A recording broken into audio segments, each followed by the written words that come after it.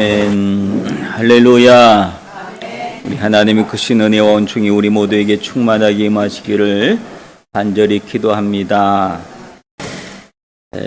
올림픽이 좀 한참 진행 중에 있습니다.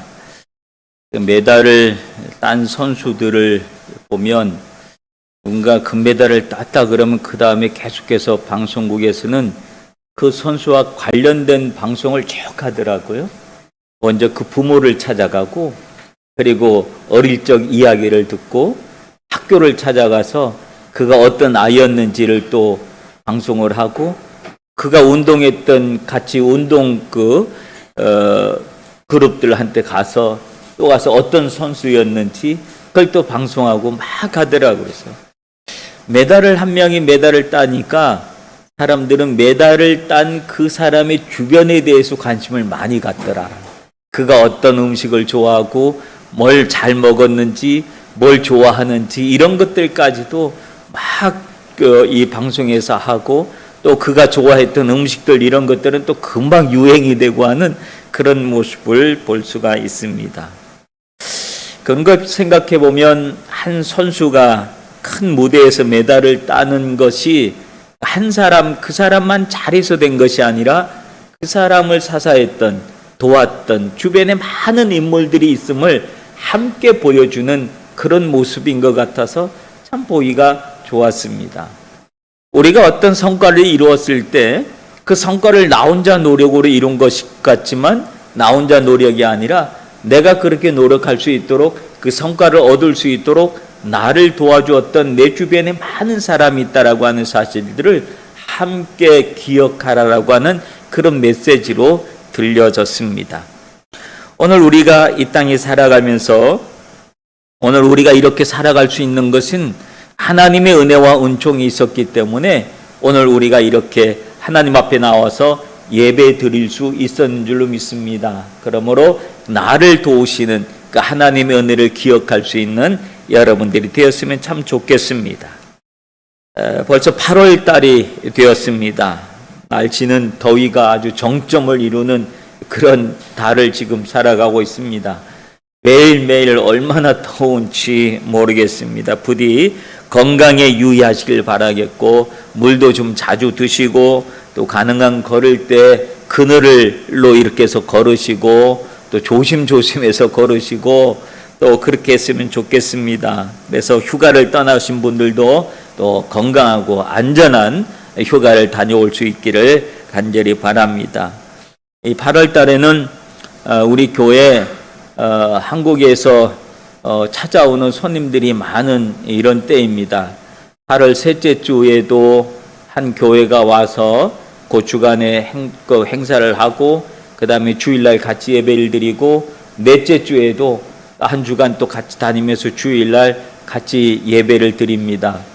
세 번째, 셋째 주에 오는 팀은 아마 그 프로그램을 가지고 오는 것 같은데, 예배 끝나고 같이 온 교인이 같이 즐길 수 있는 코리안 데이라고 하는 그런 아주 재미있는 프로그램을 가지고 오는 것 같습니다. 물론 바깥에 나가서 전도해서 외부 사람들이 막 좀 많이 전도돼서 왔으면 좋겠습니다만은, 혹 그렇지 못하더라도 우리 성도들이라도 함께 참여해서 좀 함께 좀 즐거운 시간을 가졌으면 좋겠다 싶은 생각이 들어요. 우리 교회가 오랫동안 수련회를 잘 못했기 때문에 그 수련하는 그런 마음으로 함께 즐길 수 있는 그런 날들을 지냈으면 좋겠다 싶은 그런 생각을 해보기도 합니다. 오늘 본문에 있는 내용은 오늘 그 121편 그 맨 위에 보면 성전에 올라가는 노래다 라면서 110편 121편이 어떤 내용인지 어떤 것인지를 기록하고 있는데, 10편 121편은 성도들이 성전에 올라가면서 부르는 노래로 20편 120편이 불려졌구나라고 하는 것을 볼 수가 있습니다. 이스라엘 백성들은 이스라엘의 3대 명절이 있는데 유월절, 오순절, 초막절이라고 하는 이 세 가지 명절이 있습니다. 그 명절 때가 되면 이스라엘에 있는 모든 흩어져 있는 사람들이 예루살렘으로 오게 되고, 또 전 세계에 흩어진 디아스포라 유대인들이 다 다 예루살렘 성전으로 가게 돼 있습니다. 마치 이 일본의 오봉이나 한국과 또 중국의 추석과 같은 그런 때가 되어지면 온 국민이 이동하는 것 같은 그런 것과 같은 내용입니다. 예루살렘은 팔레스타인 지역에서 좀 높은 곳에 위치하고 있기 때문에 사람들이 예루살렘 근처에 오면 그 높은 곳에 있는 예루살렘 성을 보면서 그 성을 시온산이라고 하는데 그 시온산을 보는 그런 마음으로 이제 가까웠구나라고 하는 그런 것을 느낀다라고 합니다. 그러니까 보이기 시작하니까 이제 우리가 조금만 더 걸으면 저곳에 다다를 수 있다라고 하는 그런 희망을 갖게 되는 것이지요.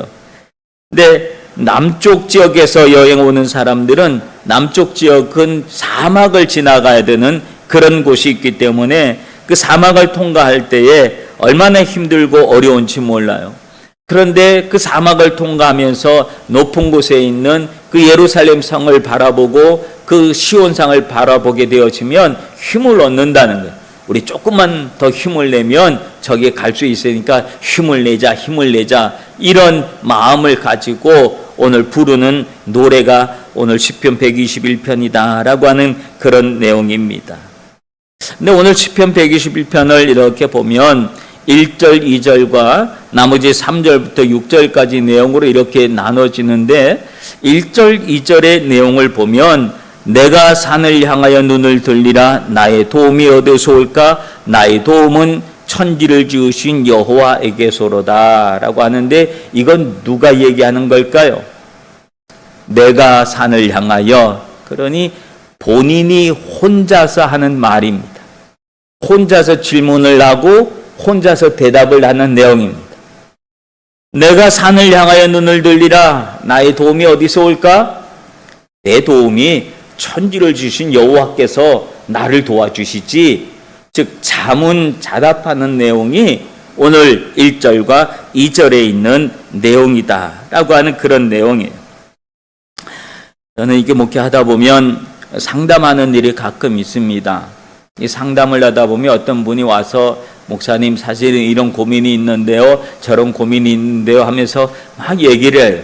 근데 그 얘기를 가만히 들여다보면 질문만 가지고 있는 것이 아니라 답을 같이 가지고 있는 거예요. 본인이. 질문을 해놓고도 그 안에 답이 없는 게 아니라 자기 답이 다 있어요. 그러면 어떻게 했으면 좋겠어요? 사실 이렇게 해야지 되는 게 맞는데요. 하면서 이제 얘기를 하는데 이렇게 해야 되는 게 맞는데요 라고 하는 말은 뭐예요? 자기가 답을 가지고 있는 거죠. 근데 그 답이 틀린 답인가 가만히 보면 맞는 답이에요. 자기가 질문을 하면서도 답을 가지고 있고 틀린 답을 가지고 있는 게 아니라 맞는 답을 가지고 있음에도 불구하고 그는 왜 질문을 할까요? 왜 물어볼까요? 왜 목사님 내가 어떻게 했으면 좋겠습니까? 라고 질문을 할까요? 알면서도. 그거는 확인하고 싶은 겁니다.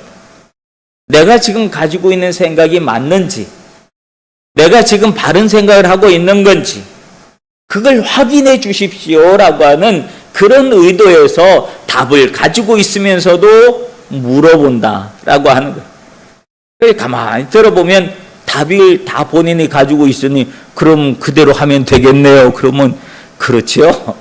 그리고 이렇게 문제가 쉽게 해결되는 그런 모습을 볼 수 있습니다. 오늘 시편 시인 내보면 시인도 이렇게 얘기를 하는 거예요. 내가 산을 향하여 눈을 들리라 나의 도움이 어디서 올까? 지금 순례길을 나서서 피곤하고 지친 몸으로 예루살렘 성을 바라보면서 아직 저곳에 이르려면 더 시간이 필요하고 힘은 빠질 대로 빠져서 누군가가 나를 참 도와줬으면 좋겠는데 나를 도와줄 그 힘이 어디서 올까? 라고 하는 질문이에요. 여러분 우리 인생길에서도 이와 같은 질문을 하면서 살아갑니다. 힘들고 어려울 때 지치고 힘들 때에 아무도 알아주지 못하는 고통이 있고 아픔이 있을 때 누가 나를 도와주지? 라고 하는 질문을 하는 거예요. 풀지 못하는 문제가 있을 때 이해하지 못하는 일들이 일어났을 때 이 문제를 해결해 줄 분은 누구지? 누가 이 문제를 해결하지? 이리저리 사람들을 쳐다보고 둘러봐도 어느 누구 힘이 되어줄 만한 그런 사람을 찾지 못할 때 우리는 무엇을 생각하게 될까요? 믿음에 있는 우리들은 스스로 답을 찾습니다. 하나님이 나를 도와주실 거야. 하나님이 아실 거야. 하나님이 답을 가지고 계실 거야. 하나님은 이 문제를 해결해 줄 수 있어. 지금은 내가 이 문제, 이 상황에 대해서 이해할 수 없지만 하나님은 반드시 무슨 뜻을 가지고 계실 거야 하면서 그 질문에 대한 답을 우리 스스로 어디에서 찾습니까? 하나님한테서 답을 찾아내는 거예요. 어느 정도 신앙의 연륜이 있는 사람은 이 답을 못 찾는 사람은 거의 없습니다. 다 이 답을 찾아냅니다. 그리고 그 답을 찾아내는데 그 하나님에 대해서 어떤 하나님이 나를 도와주셔야 되느냐라고 이야기를 하는데 그건 뭐냐 하면 나의 도움은 그냥 하나님이 아니라 천지를 지으신 하나님의 능력이어야 내 문제를 해결할 수 있어 라고 하는 고백이에요. 그렇다면 지금 가지고 있는 문제가 크다라고 하는 겁니까? 작다라고 하는 겁니까? 내가 가지고 있는 문제가 크다라고 하는 거예요. 내 문제가 너무 커서 이 문제를 해결하려면 어느 정도의 능력이 있어야 되느냐? 천지를 지으신 하나님의 능력이 있어야 이 문제를 해결할 수 있겠다라고 하는 고백을 하는 거예요. 왜? 만드신 이가 모든 문제를 해결할 수 있기 때문에 그렇다라고 하는 거예요. 만든 사람은 이게 왜 고장이 났는지, 어디가 문제인지 만든 사람은 아는 거예요. 하나님이 만드셨기 때문에, 하나님이 천지를 창조하시고 하나님이 나를 만드셨기 때문에 지금 내 안에서 일어나고 있는 수많은 문제를 해결할 수 있는 능력은 우리 하나님께서 천지를 만드신, 천지를 창조하신 하나님의 능력이 나에게 임하면, 그분의 도움이 임하면 이거 아무것도 아니야. 다 해결될 거야. 라고 하는 그런 대답을 스스로 찾는다라고 하는 거예요. 여러분들은 바로 그런 스스로 대답을 찾을 수 있는 믿음의 연륜이 되어져 있는 줄로 믿습니다. 그래요. 그리고 난 다음에 3절부터 8절까지 있는 내용을 쭉 보면 한마디로 무슨 내용이냐면 지켜주겠다라고 하는 내용입니다. 하나님이 우리를 도와주겠다고 하는 메시지가 1절, 2절이 있고 그 다음부터의 메시지는 내가 너를 지켜줄게, 내가 너를 보호해줄게, 내가 너와 함께 할 거야, 네가 무슨 일을 당해도 내가 너를 지켜줄 거야. 그 이야기가 6절, 3절부터 나오는 이야기입니다. 이스라엘을 지키시는 자, 너를 지키느니 너를 지켜 환난을 면하게 하시며 너의 출입을 지금부터 영원까지 지켜주겠다 하면서 하나님이 지켜주시겠다고 하는 말을 반복해서 말씀해 주고 있는 것을 봅니다. 그런데 이 말은 누가 하는 말이냐 보면 여호와께서 너를 실족하지 아니하게 하시니 라고 하는 말, 너라고 얘기하는 거예요. 즉 1절에서는 누가 내 하나님 나를 도와주시지 스스로 하는 말이라면 3절부터는 너를 지키시는 자, 이렇게 얘기하는 것은 3자가 얘기하는 거예요. 즉 이 3자가 하나님일 수도 있고 함께 길을 걷고 있는 믿음이 좋은 어느 누군가의 이야기일 수도 있다라고 하는 것이죠. 그래서 너를 지키시는 거예요. 하나님은 너를 지키고 너를 보호하시고 너와 함께 하실 거야 하면서 이런 이야기를 해주는 거예요. 여기서 여호와께서 이스라엘을 지키시고 너를 지키시다는 말씀을 요 3절에서 6절까지 무려 6번이나 강조하면서 하는 이야기. 왜 너를 지킨다는 말을 이렇게 많이 했을까요? 이것은 우리를 안심시키고 싶어 하시는 하나님의 의도입니다. 안심시키고 싶어 하는 것. 우리는 여러 가지 일들을 당하면 금방 불안해지기를 참 잘합니다. 일이 잘 돼가도 조금만 문제가 틀어지면 금방 불안 모드로 내가 바뀌는 거예요. 그때부터 불안하고 어떡하지 안절부절하고 알면서도 하나님이 나를 도와주실 거 알면서도 일이 조금 가다가 어려워지면 금방 불안해하는 거예요. 힘들어하는 거예요. 어떡하지 하면서 불안해하고 근심하고 걱정합니다. 그렇다고 문제가 딱 해결되어지면 아이고 역시 하나님이 나를 도와주셨네, 하나님 감사합니다 라고 하면서도 조금만 시간이 지나서 또 다른 문제가 조금만 생겨도 금방 내 마음은 이번에도 하나님이 함께해 주실 거야 라고 하는 생각보다는 어떤 마음이 더 먼저 와요? 불안한 마음이 더 먼저 오는 거예요. 그게 우리의 마음이에요. 그게 우리의 약한 우리들의 모습인 거예요. 여러분, 우리는 늘 이런 불안한 존재인 거예요. 하나님에 대해서 수없이 경험하고 수없는 기도의 응답을 받고 수없는 은혜를 입어도 역시 우리는 문제를 당할 때마다 조금만 아프고 조금만 무슨 일이 생겨나도 금방 불안해하는 것이 우리의 연약한 우리의 원래 모습이 아닌가 생각을 해봐요. 하나님이 나를 도와주신다라고 하는 믿음을 분명히 갖고 있음에도 불구하고 믿음보다는 걱정이 앞서는 것이 우리의 모습이 아니겠는가 생각을 합니다. 이스라엘 백성들도 그랬어요. 우리는 성경을 읽으면서 이스라엘 백성들의 연약함을 수없이 봅니다.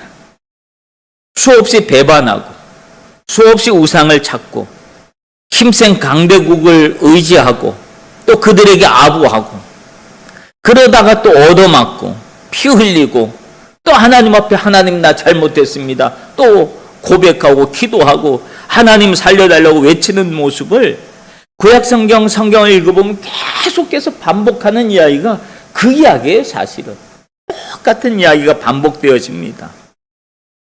그런데 성경은 왜 이런 모습들을 한 가지 그런 일들을 계속해서 기록을 하고 있을까요? 그거는 우리의 모습을 보여주기 위해서 그런 거예요. 이스라엘 백성들이 그랬던 것처럼 우리들도 그렇다는 거예요. 이 성경을 읽고 있는 우리들도 늘 불안해하고 무슨 걱정을 잘하고 근심을 잘하는 우리의 모습이라는 거예요. 그래서 하나님은 계속해서 하시는 방법은 뭐냐면 우리를 안심시켜 주시는 일들을 계속 하시는 거예요. 예수님이 십자가에서 죽으시고 부활하시고 난 다음에도 불안에 떨고 있었던 제자들에게 나타나셔서 제일 처음에 하셨던 말씀이 무엇이었습니까? 너희들이 그럴 수가 있느냐 말이지. 야단치는 것이 먼저가 아니었습니다. 예수님은 부활하시고 난 다음에 제자들을 한 번도 야단치지 않으셨습니다. 서운하다 섭섭하다 한 번도 말씀 안 하셨습니다. 나타나셔서 제자들에게 하셨던 말씀은 너희에게 평강이 있을지어다. 불안해하지 마라. 힘들어하지 마라. 걱정하지 마라. 너희에게 평강이 있을지어다. 주님은 우리에게 평강을 주신 하나님이신 줄로 믿습니다. 불안하고 힘든 일이 있습니까? 걱정되고 근심되는 일이 있습니까? 하나님의 평강이 여러분에게 임하시길 바랍니다.